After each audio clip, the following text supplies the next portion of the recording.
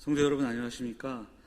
구역공과 창세기 43장 1절부터 15절 말씀, 오늘 말씀의 제목은 모든 자를 성숙케 하신 하나님이라는 제목으로 공과를 함께 나누도록 하겠습니다. 본문을 읽고 그리고 문제를 푸시러 가실 때 도움이 되고자 몇 가지의 말씀을 드리고요. 본문을 천천히 읽으시면서 묵상하시고 또 그 내용들을 정리하시면 되겠습니다. 오늘 그 구역공과를 보면 그 시작하는 구절이 이렇게 되어 있지요. 한번 읽어보도록 할게요. 하나님은 당신을 있는 그대로 사랑하신다. 그러나 그대로 두시지는 않는다. 하나님은 당신이 예수님처럼 되기를 원하신다. 이 맥스 루케이도의 예수님처럼에 나오는 말입니다. 하나님이 우리를 영적으로 성숙하게 하시기를 원하시는 거죠. 때로 어려움이 있고 또 우리의 처한 상황들이 있지만 하나님은 그 시간들을 통해서 우리를 다듬어 가신다라는 이야기입니다. 그 대표적인 사람 중에 하나가 바로 요셉입니다. 요셉의 삶, 그리고 요셉이 어떻게 이 일들을 감당하는가. 그런데 요셉만이 아니라 요셉의 가족들을 보면 또 형제들이 그리고 아버지 야곱이 또 변화되는 그런 이야기인데, 오늘 43장에서는 유다와 그리고 야곱의 이야기를 좀 살펴보도록 하겠습니다. 자, 오늘 1절부터 15절까지를 두 파트로 나눠보면 본문은 이렇게 되어 있습니다. 첫 번째 1절부터 7절은 이스라엘의 요구와 아들들의 변명입니다. 여기서 이스라엘은 이제 야곱이겠죠. 그리고 8절부터 15절 말씀은 유다의 설득과 야곱의 승낙, 이렇게 정리해 볼 수 있습니다. 긴 본문이 아니기 때문에 이렇게 두 파트로 한번 나눠 볼 수 있겠죠. 자, 오늘 본문을 다시 한번 좀 세 가지 관점에서 좀 나눠볼 수 있었으면 좋겠습니다. 첫 번째는 야곱의 지독한 자기애, 그리고 유다의 설득입니다. 자기밖에 모르는 철부지 아버지 야곱, 이렇게 해놨는데요. 야곱이 기근이 심하여 애굽으로 애굽으로 양식을 가지러 가야 하는데 가지 못합니다. 그리고 가는 것을 주저하죠. 그 이유는 하나입니다. 베냐민 때문입니다. 베냐민을 편애하는 야곱의 모습이 기록되어 있습니다. 가만 떠올려 보면 야곱은 그 많은 자녀 중에 요셉을 참 편애했습니다. 색동옷으로 대표되는 그 편애의 상징이 나오는데, 그로 인해 형제들의 우애가 깨지고 그리고 그들은 요셉을 애굽에 팔게 되는 그런 불행한 이야기들이 이미 펼쳐졌는데, 여전히 베냐민을 편애합니다.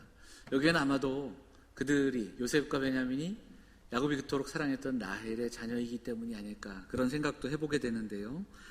어쨌든 야곱은 여전히 다른 자녀들보다 라헬의 자녀들을 편애하고 여전히 다른 자녀들을 믿지 못하고 있습니다.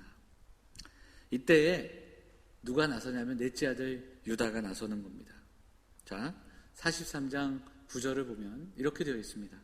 내가 그를 위하여 담보가 되으리니 아버지께서 내 손에서 그를 찾으소서. 내가 만일 그를 아버지께 데려다가 아버지 앞에 두지 아니하면 내가 영원히 죄를 지으리다.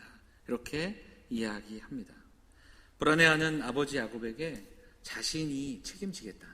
그리고 여기에는 담보가 되겠다라는 표현을 씁니다.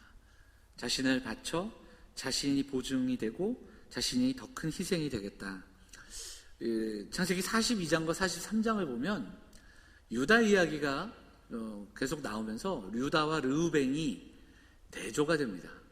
42장의 르우벤은 자신의 두 아들을 담보로 내세우는데 그것보다는 더 큰 희생, 자신을 스스로 희생 삼는 유다의 이야기가 나옵니다. 자, 유다는 자신이 담보가 되어서라도 베냐민의 안전을 책임지겠다는 자기 희생을 보여주지요. 자기를 희생하는 유다의 이런 모습이 유다의 후손 중에 바로 이 땅에 오신 예수 그리스도를 함께 연결해 볼 수 있고 떠올릴 수 있는 그런 모습을 우리가 묵상해 볼 수 있습니다. 그리고 유다는 베냐민을 안전하게 데려올 것을 맹세합니다. 그리고 아버지를 설득하죠. 가만 보면 유다는 20년 전에 요셉을 팔 때 함께 있었던 형제 중에 한 명입니다. 그런데 이후에 오랜 세월이 지나 애굽에서 어려움을 겪고 감옥에 갇히고 고생을 하면서 자신을 성찰하고 변화되기 시작합니다.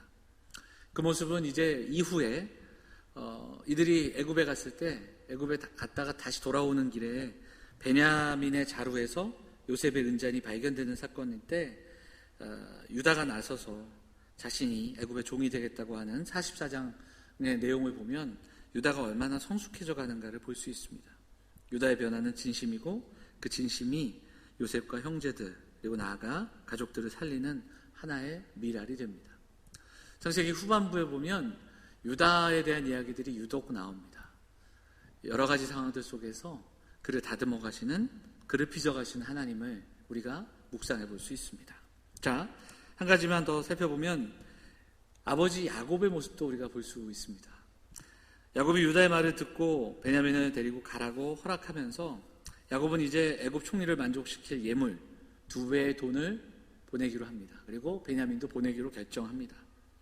그는 이제서야 전능하신 하나님을 믿고 뭐라고 얘기하냐면 베냐민을 잃으면 1일이라 고백하며 그렇게 진심을 가지고 하나님께 기도하는 그런 야곱의 모습을 보게 됩니다. 자, 43장 14절을 보면 그렇게 고백하죠. 전능하신 하나님께서 그 사람 앞에서 너희에게 은혜를 베푸사 그 사람으로 너희 다른 형제와 베냐민을 돌려보내게 하시기를 원하노라. 그러나 잃으면 잃으리로다. 이렇게까지 이야기합니다. 야복 강가에서 하나님과 씨름했던 야곱이었습니다. 여러 가지 일들을 겪으면서 참 우여곡절 끝에 지금 노년에 있는 야곱이 다시 힘을 내어 하나님 앞에서 씨름하고 있습니다. 그리고 43장에 야곱이라고 쓰여졌던 구절들은 이스라엘로 이름이 바뀝니다. 무기력한 아버지, 발등을 잡는 야곱이 아니라, 속이는 자 야곱이 아니라 이스라엘로 그의 이름이 다시 소개되는 내용들이 43장에 나옵니다. 우리가 이 땅을 살아가면서 참 여러 가지 일들을 겪지만 힘들고 어려운 상황들, 환경 속에서 누군가가 우리를 대신하여 짐을 지어주기를, 누가 내 대신 고난의 짐을 덜어주기를, 누군가가 나의 담보가 되어주기를 그렇게 기대할 때가 있습니다. 이 땅에 오신 예수 그리스도께서 우리를 위하여 담보가 되어주셨습니다. 예수님을 믿음으로 하나님의 자녀가 되는, 예수님의 십자가의 피로 말미암아 의롭게 여김을 받는 하나님의 백성들이 되었습니다. 나의 담보가 되시고 나의 미랄이 되신 나를 구원하신 주님의 사랑을 묵상하고 유다처럼, 야곱처럼 우리도 좀 성숙해짐으로 이제는 누군가를 위하여 또 누군가를 위한 미랄이 되는, 담보가 되는 그런 삶을 꿈꿨으면 좋겠습니다. 오늘 성경은 우리에게 이야기합니다. 하나님은 우리에게 변화를 요구하고 계시고 성숙을 원하고 계시다. 하나님께 빚어지는 인생, 변화되는 인생이 되어야 할 것입니다.